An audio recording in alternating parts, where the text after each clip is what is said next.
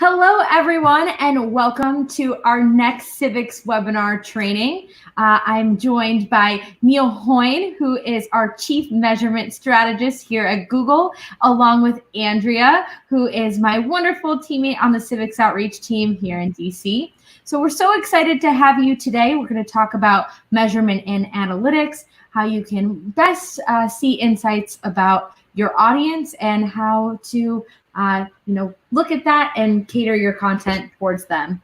So we'll give everybody a few minutes just to hop on and we'll get started in about 5 minutes.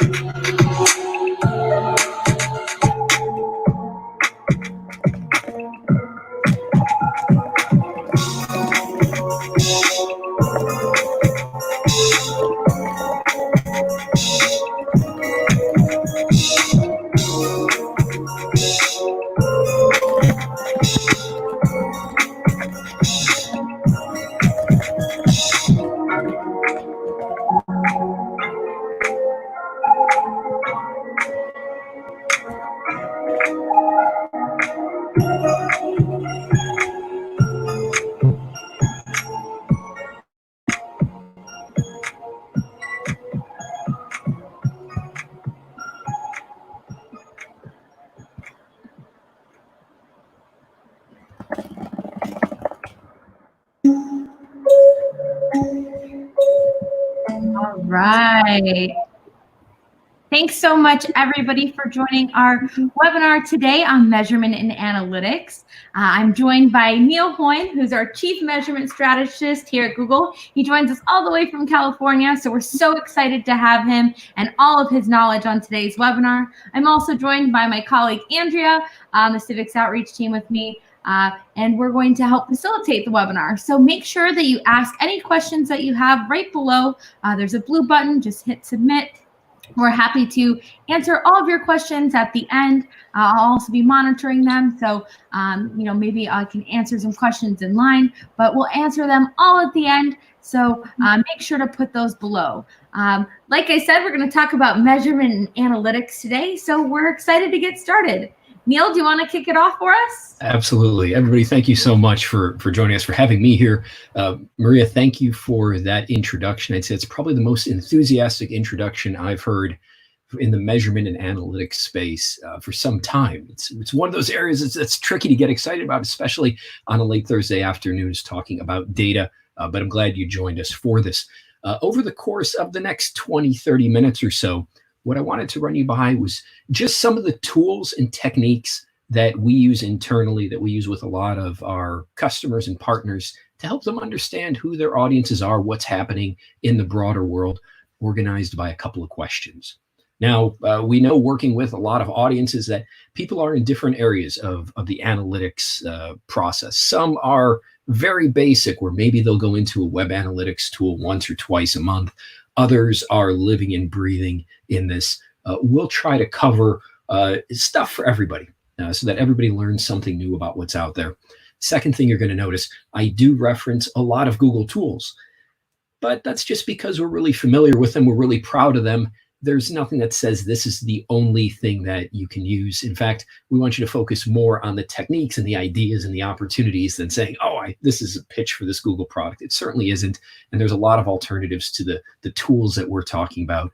We just use them because they make for great visuals. So about 5 or 6 questions, that's what we're going to cover about different things you can understand and how we look at them, especially during this crazy, uncertain time. And one of the things we start with is just how we're understanding what's happening in the world around us. A lot of things are changing, especially since the beginning part of March. And the tool that we rely on, where we're actually starting and keeping with a lot of our analytics journey, is what's happening on Google Trends. This is a real-time tool for us to understand how people are searching for different things on the web. Now, we're not limited to the web. We can search images, we can search news, we can search in different countries and different times. But just to give you a little bit of an example as to how things changed, this is what happened recently when things started to change in our economy, how people stopped looking for vacations and travel. And for the first time in recent memory, they started looking more for individual jobs.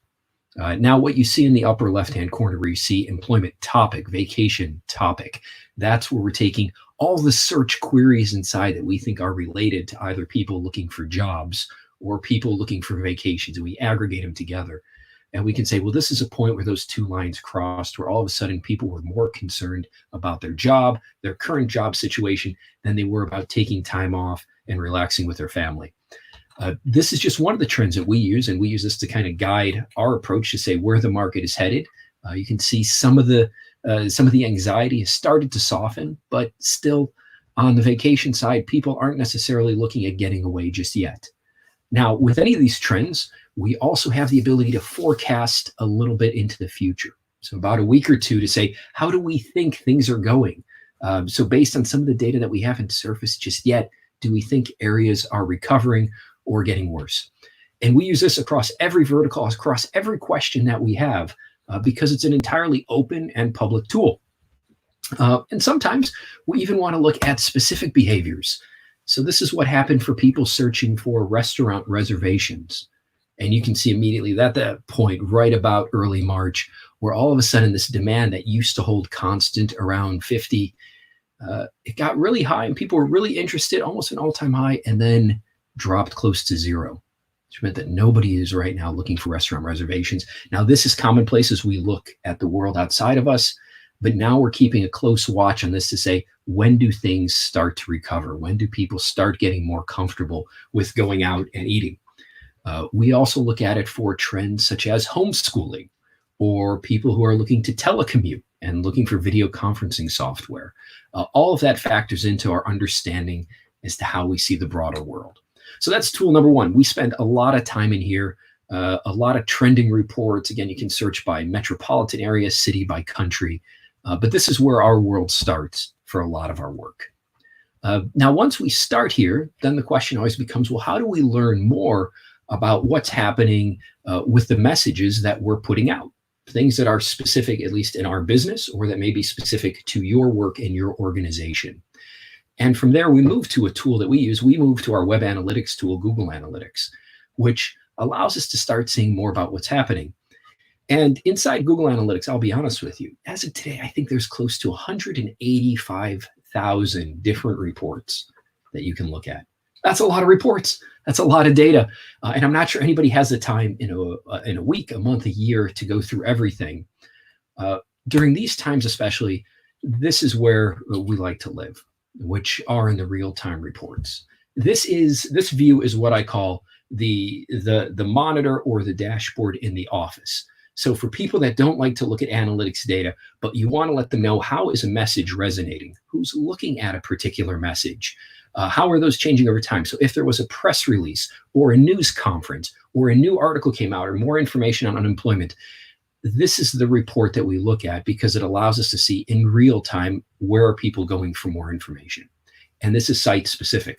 So to your website, this will tell you exactly how people are behaving. And what you can see through these little boxes, you can see what pages they're going to. So they may go to a press release, but you want to see what else they're viewing. Referrals, what other third-party websites are they coming from? If they're coming from social media, Twitter, Facebook, how are those driving traffic to your site? And then for keywords, what are people searching for? So if they're not coming directly to your website, they haven't come from another social media channel, and they're just looking for information on the topic, where do they come from? And for some of the groups and organizations we work with, they actually want us to filter this down a little bit further. They say, what I really want to know is, I want to know what cities. I want to know what parts of the country this message is resonating the most with, where there's the most interest in this topic and this content that we're bringing people. But this is generally where we'll spend a lot of time, because this allows us to see the real-time impact of the work that we're doing. Now, of course, it comes to the question to say, all right, so people are coming to our site. We know they're interested in the content, but we also want to understand a little bit more about them. What are their interests? What else is on their mind? So we already know that they want to know what we have to say, but why? And how do we approach that particular area? And that's just the last report that I want to show you as part of this tool, because if you really want this quick overview, it comes from these two areas here. So what we're doing with these reports, the audience reports, we're taking all the signals that we have across Google, everything that we're understanding about how people are going to other sites, how they're engaging with search, and we're putting them into two groups.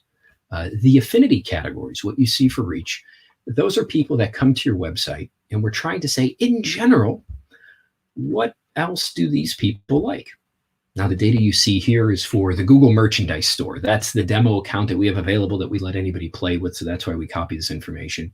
But it allows us to tell us that people that are coming, that are shoppers, are particularly interested in good value. We see a lot of people that make sense, that are, as we classify them, technophiles or business travelers. These are the other things that they're interested in, so we know how to customize our products and our messages. That box you see on the right, those are in-market segments. In-market segments means these are products and services that these people are looking for. So apart from coming to our site, what else are they shopping for? What else are they interested in? And you can see this was pulled just last week. You can see that employment comes to the top of the list to say that, yeah, they're interested in the products and the cell phones that we're selling. But one of the other things that they're also spending a lot of time with is also trying to find a job.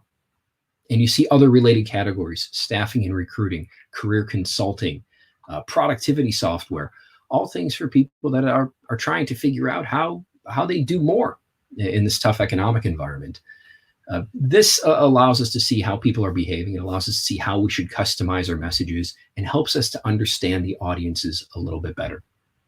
Now, if you're buying advertising, there is the option to use these exact same segments to target people. So you could say, well, we want to target our message to also people that are in market and are looking for a job. You can certainly do that. But just with this report alone, you don't need to, because we'll just look at your current visitors and we'll say, this is what they're doing. So if you're looking at just refining your messages or your email strategy, you have a sense as to what's top of mind for the people that are already engaging with your organization and already engaging with your brand. So we go from that high level where we're just saying, these are all the people on your site that are interested in the content you're producing, to saying, we want to give you just a little bit of a clearer picture as to how those people are behaving. And as with the real-time report and with this report, we won't go deeper into it. But if you do have more questions about it, you're saying, well, okay, this is interesting. Can you tell me more about how these segments and these interests change based on location or based on other individuals, like how they're interacting with different things on our website? We can provide those breakdowns as well. The idea here is just to know that you can ask these types of questions. You can get this type of understanding about how people are behaving online. And so that's really the second question. That first question is what's happening on the big macro level. Second question is we just want to surface a few very simple tools about how we understand about how messages are resonating. The third area that we thought was worthwhile to cover was just understanding how people are listening to the messages of others. So we're looking inside and we're saying, well, this is the content of what people are looking at. We know they're coming to from email or from social media. Well, now there's a question to say, well, are we doing enough? So say you have 1 million followers on social media. That's a high number. Is that a good number? Or if you're working and your message is competing with an organization that has 2 million followers, well, you might think they have twice the reach, but maybe you have more dedicated followers than they do. Or maybe you think you have a great email list, and the question is, are we getting more engagement than other organizations? If we're running for a political office, are we reaching more people? On organic search, are people finding us on tools like Google search or other search engines more than they're finding other people that are competing or complementing our message? And this is a tough thing to figure out. And this is one of the questions a lot of people ask us. They say, how do we know what good looks like? We can talk to other organizations, but how can Google help us with this? And so I'll show you a quick report, and I gray this out just because there's a lot of numbers and I want you to focus just on one area. These are benchmarking reports that we also surface in Google Analytics. They are tucked away under the audiences menu, and they are probably one of the most undervalued reports in the entire platform. Because what we do is tens of, not hundreds of thousands of sites opt in to sharing their data with us anonymously. And we surface that data back. So that way you can look at that left-hand column. You can say, for people that are coming to our website, like I presented, for email or for social media or for organic search, referrals are people coming from other third-party websites, direct, people just typing the URL of your site indirectly. Displays advertising, other advertising, paid search, those are all paid categories. But we allow you to see what your volume is relative to other people in your space. So you get to see how many sessions are coming in. So how much activity is coming on the site. What percentage of that is from new people, people that haven't previously been to the site? So is the audience growing for the people you're competing with, or do they keep reaching the same people? We can show you behavior. So how many people come to the first page and then bounce right away? How long do they stay? How many pages do they look at? So what's engagement look like on that site? These are all benchmarks that we make available, and we'll allow you to see in color areas where you're doing well and you're doing poorly. Now in this category, again, we're using the Google Merchandise Store. We don't do a lot of advertising on it, so we're underperforming against other sites that are selling consumer electronics. But there's a curiosity to say, what does your organization look like? Are you competitive on organic, on social media, on email versus your peer set? Now, I realize going through this, there's that question to say, okay, well, how does Google define a peer set? We don't. We categorize sites based on where they fall in and a whole bunch of contextual signals. And then we let you pick. This is the law and government category that we have on the site, where you can say, well, you know what, we want to look at everyone that's lobbying or everyone's in public policy. We allow you to set that segmentation. You can also restrict it purely to the US. So you're only looking at sites that fall into that category. We also have a category where you can look simply at campaigns and elections. And because even those can differ, we allow you to select them based on the total site size. So how many visitors are coming. So that way we can look at things at a national level, as well as sites that will just fit in on the local level. And for each of them, we'll tell you how many sites are within a particular group. And if we don't have enough to have a statistically significant group, then we'll tell you, and we won't get to surface that data. But for most organizations, this is how they actually understand. Instead of simply saying our traffic went up, they said, well, how did our traffic go up in this market, in this environment, in this channel? So are we more successful trying to activate people? I always use email because email is one of the huge insights people draw from. Are we more successful using email to bring people in than other organizations we compete with? Because it's more than just engagement. You need those relative numbers. So that's the big third area, is what's happening outside of our site. How are people interacting with other people who are offering the same messages? And what about everything that's missing? So we have the trends data, which looks at the overall search ecosystem. We have the website data. We have the benchmarking data. And then inevitably, we wrestle with questions where we say we don't have any data on that. So say we launched a new program or a new message. How is it landing with people? Now, in the past, our approach had to be, let's build some type of focus group, or let's do some research every 3 to 6 months, several $1,000s. It wasn't a perfect fit. Or we had to use some numbers where we just relied entirely to say, well, more people came to our website with this message than that message. So a couple of years ago, we developed a product, and there's other replicas of this. So this is not a unique model, but it's one that we use because it's a Google thing. That allows us just to ask. So we ran this actually a couple of years ago when I was out in DC, where someone said, hey, look, here's a new resolution. Can you tell me how many people have actually heard about this? And so what we can do is we can go out to the internet and we can ask people if they've heard of a particular message, what they think about a message. We can show them 2 different creatives, 2 different pictures, and say, which image do you like better? We can show them a tagline and say, how does this make you feel? And we can get the results back in about 48 to 72 hours. The average cost to get one of these questions out, so if we're looking at a national poll, it's about $100 to $150 just per question. And we get an answer back in 72 hours. You can actually do a lot smaller if you want to do only 50 respondents. About 5 cents a respondent is what you're looking at. But the goal is that this finally unlocks us to say, we actually can go out and ask people the questions and get responses really quickly. Now, as with the benchmarking slide, I cut out a lot of stuff as part of the interface, but this is what the broader interface also looks like. It allows us to segment by age and gender and by location to say, how are those things landing with different audiences and different groups? We can ask up to 10 questions, which means we can ask screener questions to say, well, what party are you affiliated with? Or do you care about this particular issue before we ask the question? We also have the ability just to ask questions of people after they come to a particular website. So if they come to your site and you say, look, we want to send out a survey to people that interact with us already. Asking, do you remember this message? What do you think about this message? We have the ability to do it as well. Now, I just want to open up because that is a tool that you can use, because all those questions in your head to say, well, what do people think and how are they responding? We can try to capture the data through some of the tools that we have. Sometimes it's just easier to ask. And one of the things that we're doing now with this tool especially is we want to understand how behavior changes. So what we'll say is we'll run a survey like this saying, how interested are you in traveling in the next 3 to 6 months? On 1 to 10 scale. And then we'll run it the following week and the week after. And then we can start to see when things start to bump up, when people become more open to the idea of travel, when they feel more comfortable in their situation with unemployment.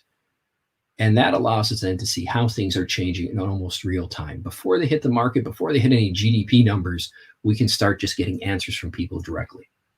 The panel size, I don't know specifically how many people we're reaching. I was told, this is about 1.5 years ago, that it's over 2 million people in the US. So it's a huge panel and allows us to reach a lot of people that are representative. So we try to eliminate all the biases that we can.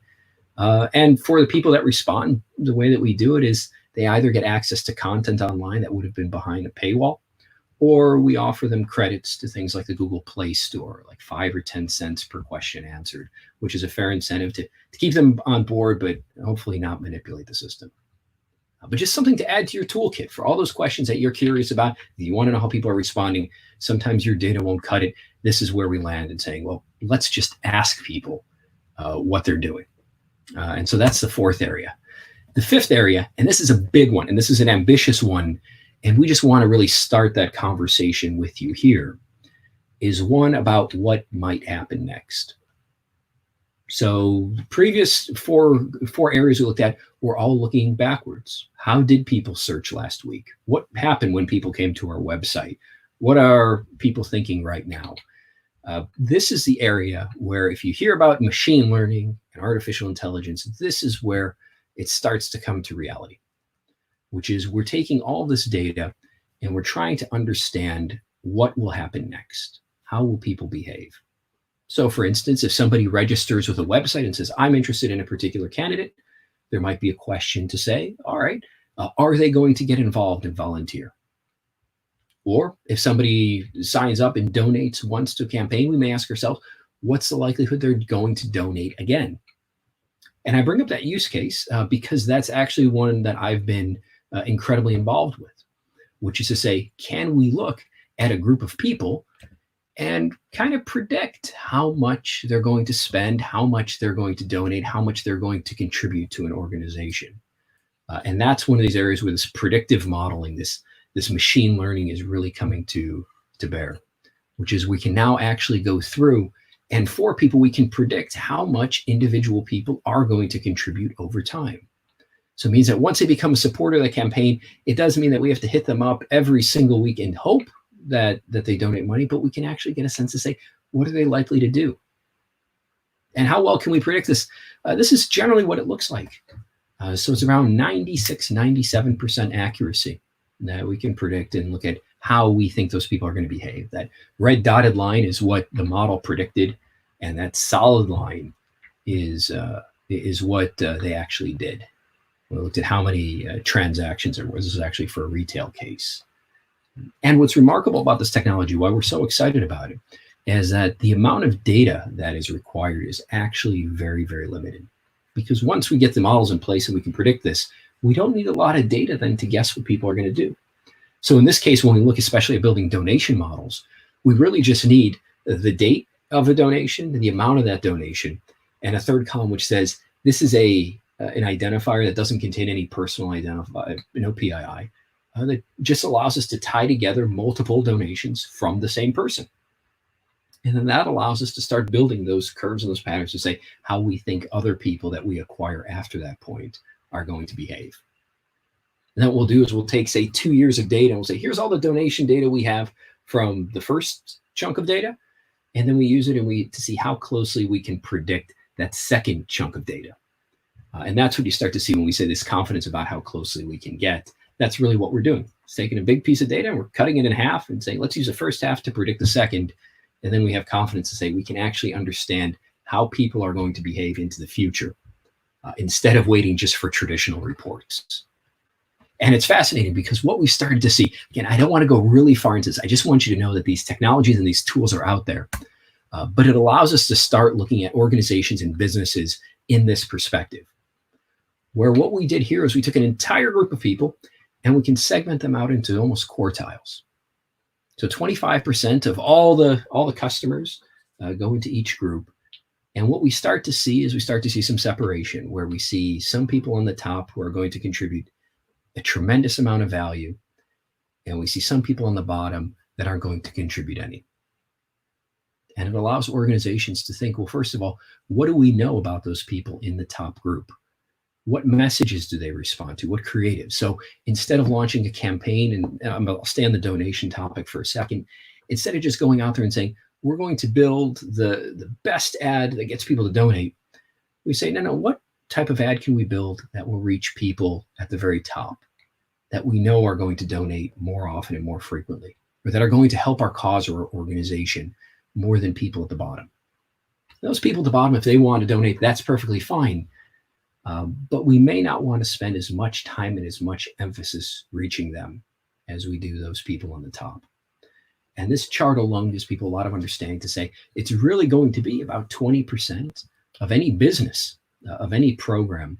20% of those people, 25% of those people are going to drive 70 to 80% of the value. And so we're building more tools and more programs that allow us to calculate who those people are. And then really the outcome of all this technical wizardry that's going on is a spreadsheet. And that spreadsheet just has a column of those IDs that we were sent. And then that second column, how much we expect those people to spend or contribute going forward. And then from there, we can add anything else on to be like, well, did they respond to this campaign or how did we acquire them? But the next question, what we spend a lot of time on, is focusing on what makes those top people really valuable, what makes those bottom people less valuable. And that's changing the whole game as to how we look at data, how we interpret campaigns and understanding of business practices and everything else. Again, I don't want to go really far into it. I just want you to know that this type of measurement, this type of data is now possible. So those are the messages we want to share with you, some ideas and things that we were really excited about on the measurement space.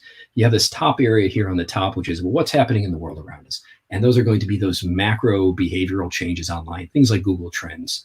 Who's listening to your message? Real-time website reporting. We have it in Google Analytics, but if you have it in your tool, that's what you want to put on. If you're going to have a monitor that sits in a lobby or in someone's boardroom somewhere, that's what you want to show them. Benchmarking data. Oh, the thing I should mention about benchmarking data as well is if you're not using Google Analytics or you don't have access to a Google Analytics account, we do have a demo account where you can still look at those segments. So if you go into that demo account, you can still run. Now, we won't have your data in there, but you can still run the benchmarking reports to say, hey, let's look at how elections are looking in this particular area. You can still see the information that we've captured in aggregate in that report. Again, nothing, we don't show individual websites. We just group everyone together, minimum of 5. But the demo account that we have for GA is a great way to get that information if you don't have analytics yourself. What are we missing in data? Leveraging panel-based research. Things like Google Surveys, which is a product that I showed. Really quick, simple way to get insights. We're talking $100 a question is not a big deal. You can do one-off ones. You can do up to 10 questions. And then what's likely to happen next? This is that machine learning and predictive analytics side, where the easiest way to look at it is if you ever wonder what people are going to do next. Question is, do you have enough data? Have you captured stuff? I showed you an example about how we could take things around, say, donations. But other companies use it in a variety of ways. So understanding for people that fill out an interest form, how many of them will go forward to actually do something that contributes positively to the organization? For people that create an account, how likely are they to say download an app or take some other step? As long as that data is here, that's where the predictive analytics side is coming in. It's saying using that unique perspective that you have on the people you interact with, what are they likely to do next? So, and the last thing, and like I said, I wanted to cover this very quickly, but the last thing that we have is also just the reminder that that's what we're here for. So for any of these steps or any of the questions you have, really those business questions about, well, how can we understand this? That's what we're here for. And that's why that email address is up there. So you can always reach out to us. And if we have an answer technique using our products or not, anything we can do to help, that's why we're here. And always happy to share that with you. So that's probably about as much content as I'm going to give anyone. Again, late afternoon measurement and data. It's a little bit under 30 minutes of things that we're interested in. I'm going to go back to all of you. And here's Maria's back for any questions you have. And again, this can be holistically related to measurement or even just the things that we covered here. Awesome. So thanks so much, Neil. I feel like every time I hear you speak, I learn something else. So that's really useful knowledge. I think, just being able to figure out what our audience is doing, especially in an election year, I think is very important to what we all do in politics. So it seems like we have a question here. Where can I find out more information about the demo account? I was actually going to pull it up, but I realized I may go down a rabbit hole. If you search Google Analytics demo account, it should come up right away. If you don't find it, you can't see it, send us an email and we'll just send you the link to it. But I think you just search Google Analytics demo account and it lets you click through. Amazing. And Neil, that's the Google merchandise store, right? It is. It is. Amazing. Amazing. And people can kind of find there what they might find in their own account, right? Yeah, that's what that account is great for is really two things. One is if you want to play around with an account and you just almost want to break things. This is an account we reset regularly. So there's really you can create segments and slice and dice data and do whatever you want. You don't have to worry about destroying anything permanent. The second thing is if you're not using the tool and you're curious about things like those benchmarking reports that I mentioned, This will allow you to go into that tool and to see what the benchmarks are for an entire industry. It won't have your own website data in there, but that's fine. It still allows you to see what other people in your segment, like when we looked at those, are we looking at lobbying or are we looking at political campaigns? It'll allow you to get that data without having an account of your own. Absolutely. So if there was one piece that somebody could take away, what would that be? I would look at here's the thing that we start with is I will always start with the basics of just saying, where are things now? All too often people look and just say, what are the numbers, right? They'll say, oh, well, that's why I look at email lists. It'll be like, well, we have X number of subscribers and we know these people have Y number and we feel they're close, so email must be doing great. But what we also know is not a lot of people open and engage with emails. So we like to look and say, how effective are those campaigns? Because you could have a list that was only 1/10 of the size, but have really engaged people. And that's what we want to understand. Awesome. So I see a question here from Chris. Hey, Chris, how's it going? What do you think the most important data points are for congressional offices? You know what? I look primarily in that case around engagement as a benchmark to say, well, what are people doing now? How are you interacting with constituents? But then I'd also go forward to say, if there are particular messages or strategies that you're trying to promote, then I would look more specifically at those metrics to say, how often are you able to drive engagement to that group? And then layering on top of that, new people, new sessions, new users, people that have not previously interacted. Are you broadening the reach to that area?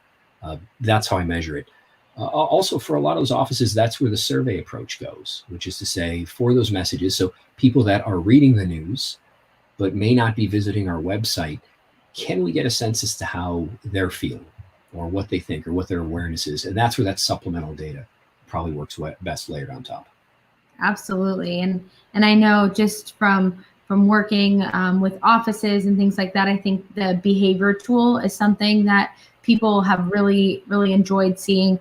Where do people come to your page first? And then where do they navigate after that? And how do they kind of follow along through those funnels on your page? And what content are you actually presenting to them? Yeah. So kind of the underlying piece of what Neil's presented through all of this time is measurement and tools to actually see how your audience is engaging. So what content you put out there could really determine how your audience actually engages with it.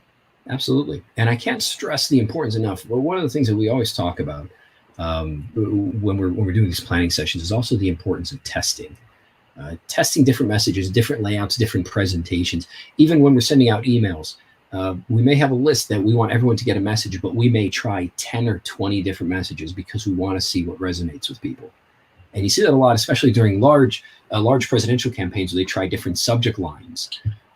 We do that. The only other thing that we've been making a change on, and this is that last part I spoke about, is now instead of just looking at how the entire email list reacts, we've been adding that segmentation of lifetime value on top of it. To say, we don't just want to know who's opening the email based on the subject line. We want to know what email subject line reaches the people that are going to donate the most money. That's the next order question, because then you become really efficient and really effective. And I haven't seen that take hold just enough. There's been a lot of interest around it, but it's just building that almost that muscle memory to do it. Absolutely. So I see another question. So do we have any tips for managing an account at organizations that have staff turnover? I know on the Hill, campaigns, advocacy groups, pretty much a lot of political organizations have a lot of turnover. So what's kind of the tip there? We allow, so there's two things I see. I see some people generally they'll create a general organizational level account. So they'll create a Gmail account that's just for the organization. That way everyone can share in the same surveys, the same analytics accounts, the same tools. And so even if people still use individual accounts, if those people leave, that's okay, because you always have that one organizational account to come back to. More importantly, though, is that sometimes when I see those accounts and we see those recovery and those turnover issues, there's a question to say, well, were people really using the tools? Now, we have people come to us and say, hey, we have a Google Analytics account, but I don't know anybody that's touched it for months or for years. And really what we take away from there is that, can we help more to make these lessons about how the data is being used so valuable that people don't step away from it? So if you're finding that you're not using these tools, then the challenge to us almost is how can we make these tools more valuable? So that way everyone's logging in, everybody has an account, and there's no disruption. So we can address the immediate symptom, which is to say, let's make sure that there's an organization account. And if you lose access, we can help you through the security processes we have to recover it. But on the other hand, it's also making sure that the tools that are being used there's a lot of value coming from them. It's not stuff people just feel compelled to do to build a spreadsheet, but they really feel like it's changing the direction and the guidance of their organization. Amazing. I saw Andrea smiling a little bit. I know many of you have tuned into some of our other webinars where we talk about all of our other tools, knowledge panels, Google My Business profiles, things like that. And one of the things that we always say is to have a shared Google account. So it's very important. So just making sure that you have that in case, you or someone on your team might leave, so that they don't leave with your accounts with it. So that's super helpful. It doesn't seem like there are any more questions in the gather here. Let me check in the comments section. All right, I think we addressed the one about the demo count too. Awesome. Well, if there's no more questions, I thank everybody for tuning in today. I'm really excited about our next webinar as well. Next Wednesday at 2 p.m., we will have a webinar about Google podcasting. So folks from that team are going to join us. If you have a podcast, kind of learning those best tips and tricks, or if you don't have one and are just curious about how your boss could maybe set up one, we'll be talking about that next week, Wednesday, May 6th at 2 p.m. Eastern. Right here, same link. You can tune right in. So thanks so much for joining us today. Thanks so much to Neil for all Thanks, everybody. Expertise. And if you have any more follow-up questions, feel free to email civics-outreach@google.com. You'll reach all of us, and we're happy to facilitate your questions and, make sure you get more information. Also, if you'd like the slide deck, we're happy to send that as well.